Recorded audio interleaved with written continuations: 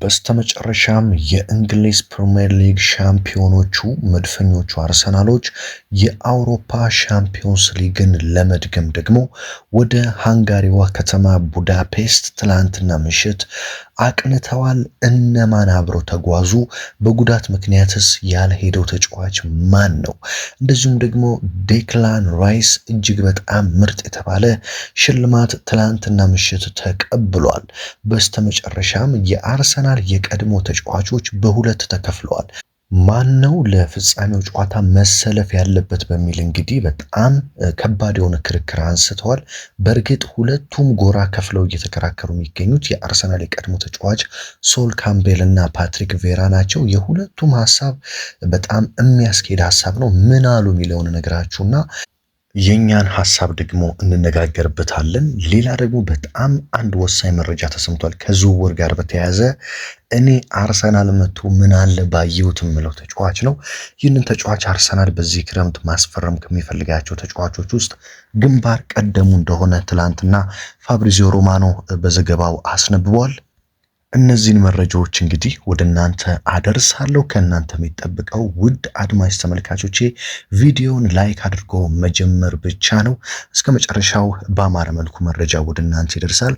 አብራችሁኝ ሆኖ እንግዲህ በቀጥታ ወደ መረጃዎቼ ነው የምወስዳችሁ። ከዛ በፊት ግን አንዳንዶች የድምጽ ጥራት ችግር አለ የሚል ኮመንቶችን አንብቤያለሁ። ነገር ግን እጅግ በጣም እኔ ጋር እንደዚሁም ደግሞ አጠገቤ ባሉ ሰዎች እንደዚሁም በበርካታ ሰብስክራይበሮቼ እንደተሰማሁት ከሆነ በጣም ጥሩ ጥራት እንዳለው ነው። ስለዚህ ምናልባት ከእናንተ ስልክ እንዳይሆን ችግሩ ባካችሁ እንድታረጋግጡ ጠይቃችኋል። ያው እኔ 2-3 አዳምጬው ነው የምፖስተው እንጂ ዝም ብዬ የማይሰማ ነገር ወይ ድምጽ ጥራት የሌለው ነገር አልፖስትም። ስለዚህ እናንተን ለማስተካከል ሞክሩ። ወደፊት ደግሞ ከፈጣሪ ጋር ከዚህም የተሻለ ጥራት ባለው መልኩ ወደ እናንተ መድረሴን እቀጥላለሁ። በቀጥታ ወደ መረጃዎቹ እንለፍ።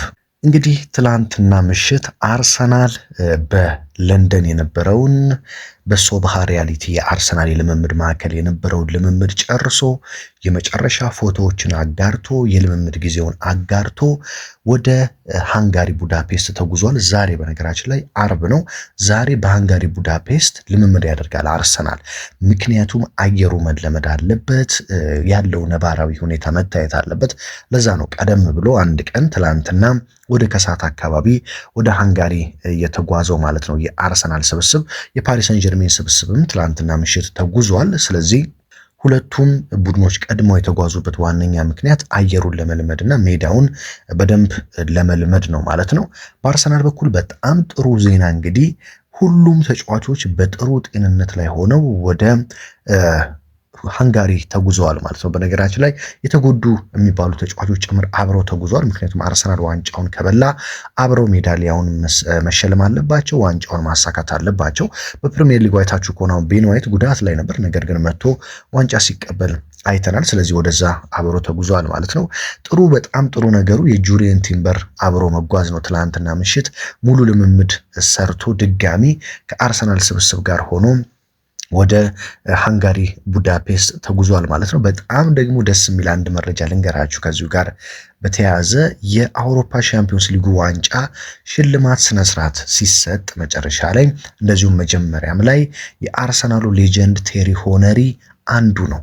ሽልማት ከሚሰጡ ሰዎች መካከል አንደኛው የአርሰናሉ ምርጡ ሌጀንደሪው ተጫዋች ቴሪ ሆነሪ ነው። ቴሪ ሆነሪ እንግዲህ በ2006 የሻምፒዮንስ ሊግ ፍጻሜ አርሰናል ከባርሴሎና ጋር በነበረው ጨዋታ ሲሸነፍ ማለት ነው። አርሰናል ባለቀ ሰዓት 13 ደቂቃ ብቻ ቀርቶት ዋንጫውን ለመብላት ያኔ እንዴት እንዳዘነ እንዳለቀሰ እናስታውሳለን። ስለዚህ አሁን ደግሞ በነ ቡካዮ ሳካ በነ ኦዴጋርድ ተክሶ ከአርሰናል ጋር ደስታውን ይገልጻሉ የሚለውን በጣም ማየት እፈልጋለሁ በጉጉት። በዛ መገኘቱ አስደሳች ጉዳይ ስለሆነ ማለት ነው። እንግዲህ የአርሰናል ሁለቱ የቀድሞ ተጫዋቾች ሶል ካምቤል እና ፓትሪክ ቬራ ማን ነው መሰለፍ ያለበት በሚል በጣም ምርጥ የሆነ ክርክር ነው ያደረጉት። ሁለቱም የራሳቸውን ሐሳብ ነው የሰጡት። እሱን ማንሳት አለብን። እንግዲህ ፓትሪክ ቬራ ምን ሲል ነው የተናገረው? በነገራችን ላይ ክርክራቸው ስለ ጁሪየን ቲምበር ነው። የጁሪየን ቲምበር ጉዳይ በጣም መከራከሪያ ሆኗል። እሱን ደግሞ የነሱን ክርክር ስነግራችሁ ይገባችኋል። ምንድነው የሚያከራክረው፣ ምን ጥያቄ ያለው የሚሉ ሰዎች ስላሉ ጉዳዩን ስነግራችሁ በደንብ ይገባችኋል። ከኳስ እውቀት ጋር ስትመለከቱት ማለት ነው። እንግዲህ ፓትሪክ ቬይራ ሲናገር ምንድነው የሚለው፣ ጁሪየን ቲምበር እጅግ በጣም ምርጥ ተከላካይ እንደሆነ አውቃለሁ። በአርሰናል ቤት አርሰናል ዘንድሮ ዋንጫውን እንዲያሳካ ትልቅ ሚና ከተጫወቱ ተጫዋቾች መካከል እስከ ጉዳቱ ድረስ የጁሪየን ቲምበር ምርጥ ብቃት እንደሆነ ምንም ጥርጥር የለውም። ነገር ግን ተጫዋቹ በብሽሽት ጉዳት ምክንያት ላለፉት 3 ወራት አንድም ጨዋታ አላደረገም። ታዲያ ባለፉት 3 ወራት ምንም አይነት ጨዋታን ያላደረገ ተከላካይ በእንደዚህ አይነት ፍጻሜ ጨዋታ ያውም ደግሞ እንደ ኪቪቻ ክቫራትስኬሊያ እንደ ኦስማን ዴምቤሌ የመሰሉ በጣም ሯጭ አጥቂዎች እንደዚሁም ፈጣን የመሃል ሜዳ ተጫዋቾች ባሉበት ጨዋታ ላይ ቋሚ አድርጎ ማስጀመር ከባድ የሆነ ኃላፊነት ነው ብዬ አስባለሁ።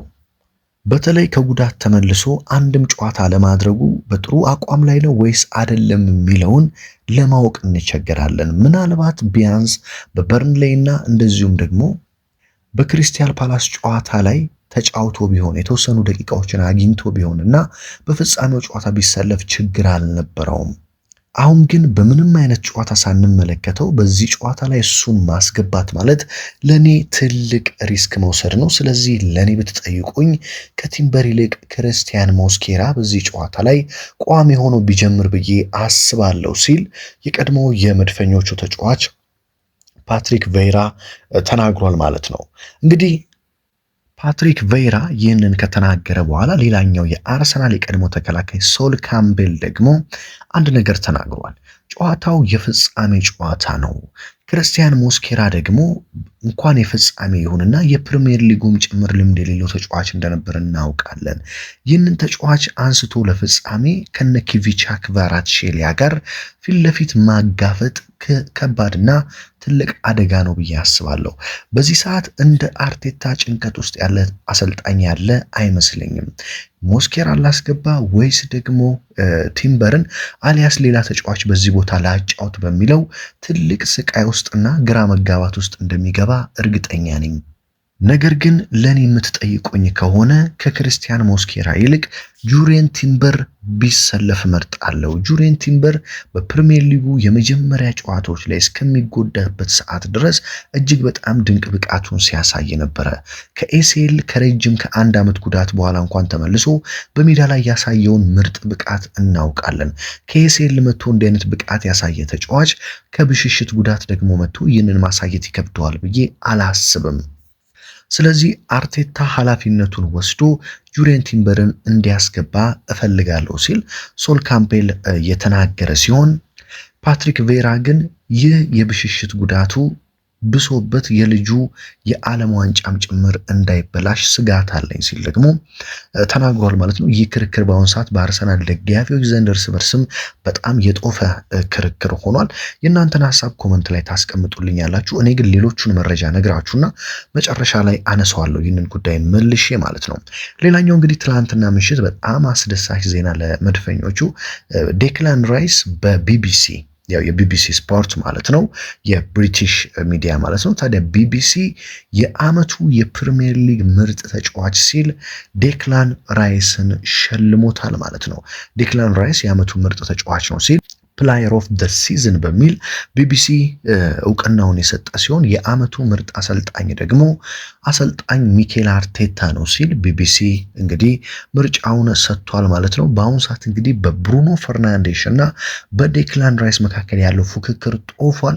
እንደምታውቁት አንድ የመጨረሻ ሽልማት ይቀራል። እሱም የፒኤፍኤ ወይም ደግሞ የዓመቱ ምርጥ ተጫዋች በእንግሊዝ ፕሪሚየር ሊግ የሚሸለም ማለት ነው። ይህ ሽልማት ብሩኖ ነው የሚወስደው ወይስ ዴክላን ራይስ የሚለው በጣም በጉጉት የሚጠበቅ ሆኗል።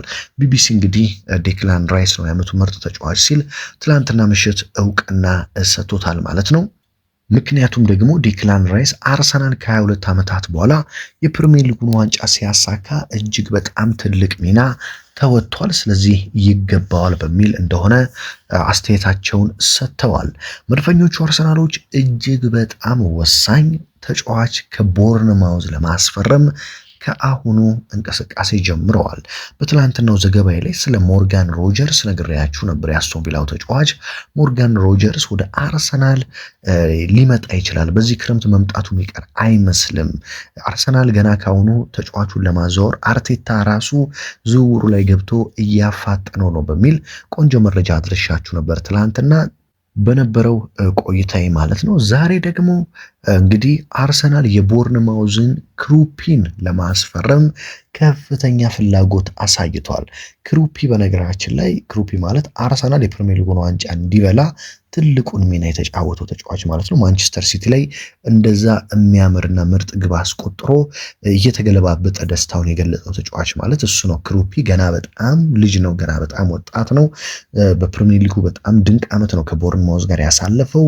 በርካታ ግቦችን አሲስቶችን በማድረግ ጭምር የአንዶኒ ኢራኦላው ቦርንማውዝ ወደ አውሮፓ ዋንጫ ጨዋታ ለመጀመሪያ ጊዜ በቦርንማውዝ ታሪክ እንግዲህ እንዲመጡ ማድረግ የቻለ ተጫዋች ነው። ታዲያ አርሰናል ክሩፒን ለማምጣት በከፍተኛ ሁኔታ እየተንቀሳቀሰ እንደሚገኝ ተሰምቷል። አንድሬ ቤርታና የአርሰናል የዝውውር ጉዳዮች የሚመለከታቸው በሙሉ የክሩፒን ወኪሎች አነጋግረዋል። ተጫዋቹ ምንድን ነው የሚፈልገው፣ ለዝውውር ምንድን ነው የሚያስፈልገው የሚለውን ጉዳይ እንግዲህ በሚገባ ከወኪሎቹ ጋር አውርተዋል። በክረምቱ አርሰናል ከፍተኛ ትኩረት ከሚሰጣቸው ዝውውሮች አንዱ የክሩፒ እንደሆነ መረጃዎች ይጠቁማሉ። እንግዲህ የክሩፒና የሮጀርስ ከሁለት አንዱ ቢመጡም በጣም ጥሩ ነው። ሁለቱ ቢመጡ ደግሞ በጣም ከባድ የሆነ አርሰናል ነው እየተገነባ የሚገኘው። እንግዲህ የጁሊያን አልቫሬዝ ጉዳይ ትንሽ እየከረረ መጥቷል፣ ወደ ባርሴሎና የሚሄዱ ነገር። ምክንያቱም ትላንትና መረጃዎች ወጥተዋል። ትላንትና ምሽት ፋብሪዚዮ ሮማኖም፣ ዴቪድ ኦርኒስቲን፣ አሌክስ ክሩክም በጣም ቤን ጃኮብስም ለመረጃ ታማኝ የሚባሉ ጋዜጠኞች እንደዘገቡት ከሆነ ጁሊያን አልቫሬዝ ለአትሌቲኮ ማድሪድ ባለስልጣናት እባካችሁ ልቀቁኝ፣ ባርሴሎናን መቀላቀል እፈልጋለሁ ሲል በግልጽ እንዳሳወቀ ተናግሯል። ስለዚህ አሁን የሚጠበቀው የክለቦቹ የአትሌቲኮ ማድሪድ እና የባርሴሎና መሰማማት ነው እንጂ ጁሊያን አልቫሬዝ እንደነገርኳችሁ አልቫሬዝ አርጀንቲናዊ ነው። ሊዮናል ሜሲ ደግሞ የአርጀንቲና እንደዚሁም የዓለም ምርጡ ተጫዋች ሊዮኔል ሜሲ የባርሴሎና ተጫዋች ነበር። ስለዚህ አርጀንቲናውያንን ስጠይቋቸው የት ነው መጫወት የምትፈልጉት ስትሏቸው ምንድነው የሚሉት? ለባርሴሎና ይሏቸዋል። ያው ሜሲ ያለፈበትን ታሪክ ለማለፍና ትልቅ ታሪክ ለመስራት ማለት ነው። ስለዚህ ጁሊያን አልቫሬዝ ወደ ባርሳ ለመሄድ ልቡ ሸፍቷል። ስለዚህ አርሰናል ከሮጀርስ እና ክሩፒ በኋላ በአልቫሬስ ፈንታ ደግሞ ሌላ በጣም ወሳኝ የዮኮሬሽ ሁነኛ ተተኪ 9 ቁጥር አጥቂን ለመፈለግ ገበያው ላይ በጣም ያማተራል ተብሎ ይጠበቃል ማለት ነው። ወደ አሰላለፉ ጉዳይ ልምጣላችሁ። እንግዲህ ጁሪየን ቲምበር ይሻላል ክርስቲያን ሞስኬራ? ይሄ በጣም አወዛጋቢ ጉዳይ ነው። ሶል ካምቤል የሚያነሳው ጉዳይ ልክ ነው። ፓትሪክ ቬይራ የሚያነሳው ጉዳይ ልክ ነው። አርቴታ በዚህ ሰዓት በጣም ትልቅ ጭንቀት ውስጥ እንደሚሆን እርግጠኛ ነኝ። ነገር ግን አርቴታ አንድ ነገር እንደሚያደርግ በእርግጠኝነት ልንገራችሁ። እሱ ምንድነው? በልምምድ ላይ በደንብ አድርጎ የቲምበርን ብቃት መመልከት ይችላል። አሰልጣኝ ነው። በደንብ ፊትነሱ ተመልሷል ወይ፣ በደንብ መጫወት ይችላሉ የሚለውን በሚገባ ልምምድ ላይ በሚገባ ማየት ይችላል። ስለዚህ አርቴታ ያንን አይቶ ተገቢውን ውሳኔ እንደሚሰጥ ምንም ጥርጥር የለውም። ልምምድ ላይ አይቶት ፊትነሱ ገና ከሆነ፣ ለመሮጥ በጣም የሚያዳክተው ከሆነ፣ አካላዊ ተግዳሮቶችን ለመወጣት የሚከብደው ከሆነ፣ ሰውነቱ መልስ መስጠት ላይ እየዘገየ የሚያስቸግር ከሆነና የጉዳቱ ስሜት ሙሉ በሙሉ ካልጠፋ በእርግጠኝነት አሰልጣኝ ሚኬል አርቴታ ወይ ሞስኬራን ይጠቀማል አሊያም ሌላ ተጫዋችን ይጠቀማል በዚህ በኩል። ነገር ግን ቲምበር በልምምድ ላይ ጥሩ ምላሽ ከሰጠ፣ በደንብ እንዳገገመ ሰውነቱ በሕክምናም ከኳስ ጋር ሜዳ ላይም ከተረጋገጠ ጁሪየን ቲምበርን ቋሚ አድርጎ ያስገባል። እዚህ ጋር ትልቁ ስራ ምንድነው የሚሆነው? ኪቪቻ ክቫራትስኬሊያንም ሆነ ኦስማን ዴምቤሌን በእርግጠኝነት የምነግራችሁ በአንድ ተጫዋች ብቻ በፍጹም አትይዟቸውም። አርቴታም ይህንን እንደሚያደርግ 100% እርግጠኛ ሆኜ ነው የምነግራችሁ። ይህንን ጨዋታውን ስትመለከቱ ማየት ትችላላችሁ። ኪቪቻ ክቫራትስኬሊያ ኳስ ሲይዝ በእርግጠኝነት 2 ተጫዋቾች ይይዙታል። ዴምቤሌ ኳስ ሲይዝ በእርግጠኝነት 2 ተጫዋቾች ይይዙታል።